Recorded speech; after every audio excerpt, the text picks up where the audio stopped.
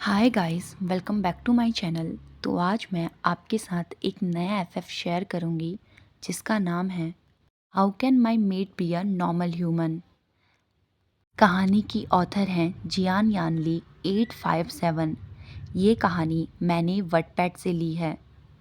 ये कहानी फैंटेसी में ओमेगा वर्स से रिलेटेड है। अगर आपको ओमेगा वर्स की लाइफ देखना पसंद है तो आप ये कहानी सुन सकते हैं। लेकिन इससे पहले मैं आपको बता दूं कि मैंने एक दूसरा चैनल भी स्टार्ट किया है जहां पे मैंने एक नया एफएफ स्टार्ट किया है जिसका नाम है this time I will not leave your side, जिसके मैंने 20 पार्ट अपने दूसरे चैनल में डाल दिए हैं। अगर आप इंटरेस्टेड हैं तो आपको लिंक डिस्क्रिप्शन बॉक्स में मिल जाएगा, आप वहां से उसे सुन सकते हैं। हम कहानी शुरू करते हैं। वी वुशान तो ग्रेट जी शुआन का बेटा है। वो एक ड्रैगन एम्परर थे, लेकिन 12 साल पहले उनकी डेथ हो गई। Fire dragon king Van Ruhan ने उनकी हत्या कर दी थी। विंग अभी वी रिलीम में रहता है अपनी मदर जियान यानली के साथ। वो अभी उनके सेक्ट की रानी हैं और वो एक वाटर ड्रैगन भी हैं। वी रिलीम में और क्रिएचर भी रहते हैं जैसे वियर वुल्फ, फॉक्सेस, मरमेड और एल्विस। वी रिलीम आसमान में ह्यूमन वर्ल्ड के ऊपर स्थित है। विंग एक ओमेगा है जो वाटर और आइस ड्रैगन का एक मिक्सचर है, लेकिन वो अपने पेरेंट्स में नहीं गया। शायद उसको उसके ग्रैंडफादर के जीन मिले हैं जिससे वो बिल्कुल उनकी तरह है। हिंग अभी 18 साल का हो गया है जो अपने मेट का इंतज़ार कर रहा है। विहिंग ने हमेशा से सपना देखा है कि उसका मेट बहुत ही स्ट्रॉन्ग और पावरफुल होगा, जो दूसरे क्रिएचर से बहुत ही ज़्यादा स्ट्रॉन्ग होगा। वो अपने मेट को देखने का इंतज़ार नहीं कर पा रहा। उसे मैजिकल मिरर में अपने मेट का चेहरा तब दिखेगा जब वो 18 साल का होगा, और फाइनली अब वो 18 साल का हो चुका है। विंग थोड़ा सा एरोगेंट है जिसकी वजह से उसका कोई दोस्त नहीं। उसका बस एक दोस्त है, वेनिंग, जो एक रेड फॉक्स है। वेनिंग की एक बहन भी है जो एक रेड फॉक्स है। ये दोनों विहिंग के सर्वेंट हैं जिसे यानली ने विहिंग के लिए चुना है।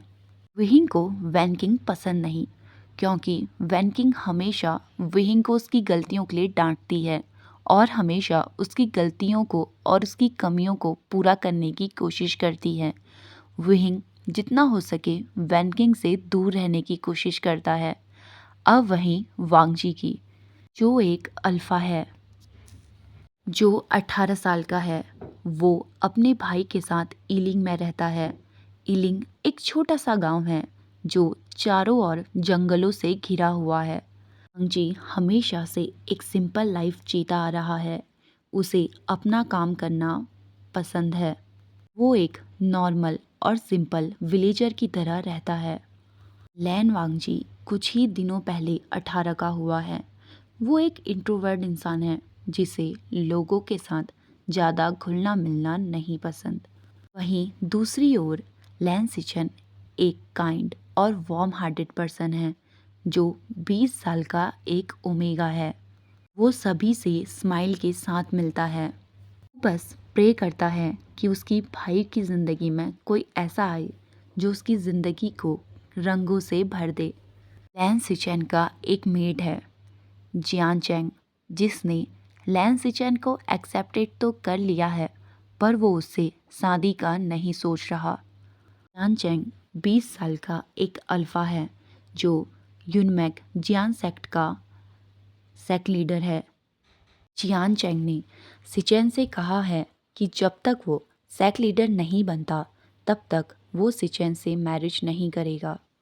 वहीं इलिंग विलेज में एक ओमेगा है जिसका नाम है जाओ लूसी। लूसी अपने अल्फा ब्रदर के साथ रहती है जिसने हाल ही में शादी करी है, लेकिन लूसी को अपनी सिस्टर इन लॉ बिल्कुल नहीं पसंद। को लगता है कि उसका भाई और भी अच्छी लड़की डिज़र्व करता था। लूसी का बर्थडे 2 दिन बाद आने वाला है और वो बस ये प्रे कर रही है कि उसका मेट वांगजी ही हो। उसका वांगजी पर बहुत बड़ा क्रश है। जब भी वो वांगजी के क्लोज जाने की कोशिश करती है, वांगजी उसको हमेशा दूर कर देता है और उसे अवॉइड करता है, जिससे जाओ लूसी को गुस्सा तो बहुत आता है, पर वो अभी वेट कर रही है पेशेंटली। ही वी रिलीम में वी वुशान अभी अपने गार्डन में बैठ के अपने बनी के साथ खेल रहा है। उसके पास 2 बनीज हैं, एक ब्लैक और एक वाइट कलर का। अब विंग एक बनी को उठा के उसे सहलाते हुए कहता है, तुम्हें पता है बनी, मैं बहुत जल्दी 18 साल का होने वाला हूँ और अब मैं अपने मेट को देख पाऊंगा। मुझसे तो इंतज़ार ही नहीं हो पा रहा। पता है बनी, मैं चाहता हूँ कि मेरा मेट बहुत ही स्ट्रांग हो। मैं चाहता हूँ एल्फ किंग ईवू मेरे मेड बने।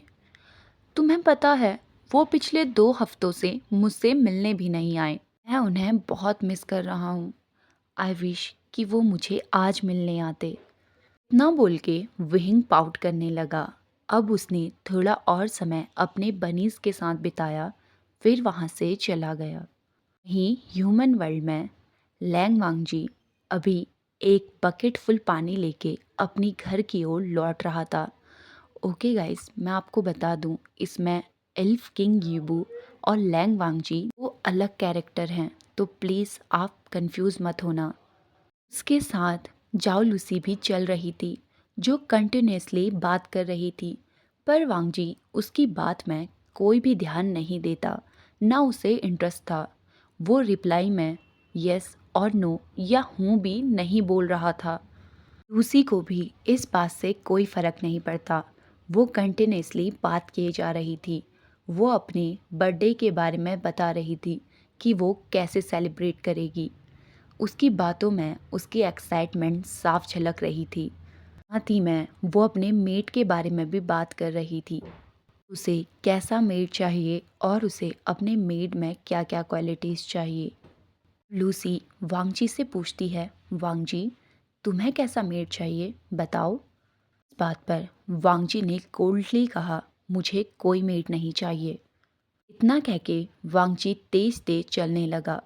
इस बात पर लूसी ने सैड होके पाउट बनाया और बाद में वांगजी के पीछे चली गई। वांगजी अपने घर आता है, जहां उसने देखा सिचेन अपने अल्फा मेट जियान चैंग से बात कर रहा था। वांगजी ने जियान चैंग को इग्नोर कर दिया। वहीं जियान चैंग भी वांगजी की ओर देखता है और अपनी आइज़ रोल करता है। ये दोनों एक दूसरे को कुछ खास पसंद नहीं करते थे। चैन भी ये नोटिस करता है, पर वो कुछ नहीं बोलता, क्योंकि वो जियान चैंग और वांगजी के बीच में अभी कोई आर्गुमेंट नहीं चाहता था। वांगजी और जियान चैंग एक दूसरे को पसंद नहीं करते। वो दोनों जब भी मिलते हैं तब उनके बीच में आर्गुमेंट हो जाती है। इसीलिए वांगजी उसे इग्नोर करता है और सीधे बाथरूम में चला जाता है। उसने पानी के बकेट को बाथरूम में रखा और वहाँ से सीधे अपने रूम में चला गया। उसने दरवाजे को इतनी जोर से बंद किया था जिसका शोर पूरे जंगल में गूंज गया। भी वांगजी अपने बेड में लेटा हुआ था। वो अपने मेट के बारे में सोच रहा था। तभी वो धीरे से कहता है, अब बस कुछ ही दिन बचे हैं, उसके बाद तुम समझ जाओगे कि मैं तुम्हारा मेड हूँ। इतना कह के वांगजी ने स्माइल करी और उसे किसी और की स्माइल भी याद आ रही थी, कोई ऐसा जो बहुत ब्यूटीफुल है, बहुत ज़्यादा। रात हो चुकी थी। वी रिलीम में विंग ने और यानली ने अपना डिनर कर लिया था।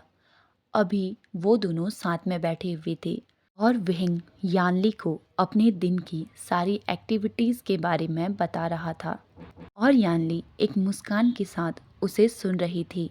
विंग हमेशा से ऐसा ही करता है। वो अपनी होने वाली सारी एक्टिविटी को अपनी मदर को रात को बताता है। यानली हमेशा से चाहती है कि विंग का मेट उसकी बात सुने, उसकी केयर करे और उसे टाइम दे। अब कुछ देर ऐसे ही बातें करने के बाद विंग ने अपनी मदर को गुड नाइट विश किया और अपने रूम में चला गया। गाइस, अगर आपको ये स्टोरी पसंद आई है तो इसके आगे के पार्ट आपको मेरे दूसरे चैनल पर मिलेंगे। लिंक आपको डिस्क्रिप्शन बॉक्स में मिल जाएगा। आप वहाँ जाके मेरे उस चैनल को सब्सक्राइब कर दीजिएगा। इस एफएफ के नेक्स्ट पार्ट मैं उसी चैनल पे डालूँगी। तो मिलते हैं हमारी नेक्स्ट वीडियो में, तब तक के लिए बाय बाय।